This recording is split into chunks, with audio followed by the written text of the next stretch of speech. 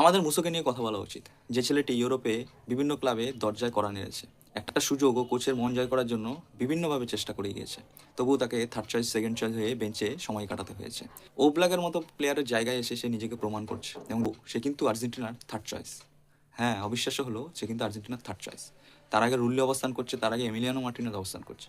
তো আর্জেন্টিনার একটা থার্ড চয়েস গোলকিপার বার্সেলোনাকে যেভাবে নাকানি চুবানি খাইয়েছে, সে আলোচ্য বিষয় হয়ে গেছে। কারণ লা লিগায় তার 7-8টা সেভ, ইউসিএলে তার 7-8টা সেভ, ক্লিন শিট নিয়ে বাড়ি যাওয়া অবশ্যই আলোচ্য বিষয়।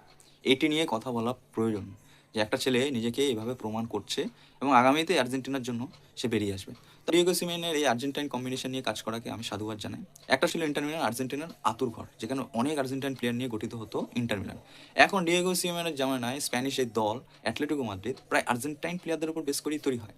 এর আগেও রড্রিগো ডি পল, আকুইনা মন্টিয়েলদের মতো অনেক প্লেয়ার সম্ভবত খেলে গিয়েছে।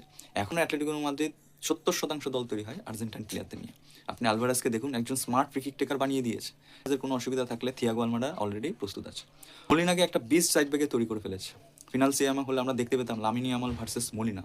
সিচুয়েশনটা ক্রিয়েট হয়ে গেছে বার্সেলোনা ভার্সেস অ্যাটলেটিকো মাদ্রিদে। লামিনী আমাল ড্রিবলিং করে বক্সে ঢুকলেও সে আনকমফোর্টেবল ফিল করেছে একমাত্র মলিনার জন্য। মলিনা প্রত্যেকবার তাকে প্রতিহত করার চেষ্টা করেছে এবং 80% লামিনী আমালকে থামিয়েছে মলিনায়। তো বিশ্বকাপ স্কোয়াডে মলিনাকে ছাড়া পরিকল্পনাই করা যায় না। মলিনা এখন হিউজ অপশন আর্জেন্টিনার জন্য। একজন চ্যাম্পিয়ন মেন্টালিটি নিয়ে যে মলিনা আবার আর্জেন্টিনার জার্সি পড়তে যাচ্ছে। এবার আমরা বলবো সিমিওনে পুত্রের কথা। সিমিওনে পুত্র সবার প্রথমে তার বাবার মনে জায়গা করেছে। যতদিন না তার বাবার স্যাটিসফ্যাকশন এসছে যে তার ছেলে একজন ক্যাপাবেল ক্যান্ডিডেট অ্যাটলেটিকো মাদ্রিদের জন্য, পর্যন্ত তিনি অ্যাটলেটিকো মাদ্রিদের জন্য তাকে সাইন করাননি। এবং যখন মনে হয়েছেন যে হ্যাঁ, সে ক্যাপাবেল আছে এই দলের জন্য, তাকে সাইন করিয়েছে, তাকে বেস্ট 11তে জায়গা দিয়েছে এবং সে এখন আর্জেন্টিনার জার্সি গায়ে খেলে বেড়ায়। সিমিওনের এই কাজ স্ক্যালোনির জন্য অনেক হিউজ অপশন তৈরি করেছে, অনেক কাজ সহজ করেছে বলে আমি ব্যক্তিগতভাবে মনে করি। Thanks mister Diego Simeone.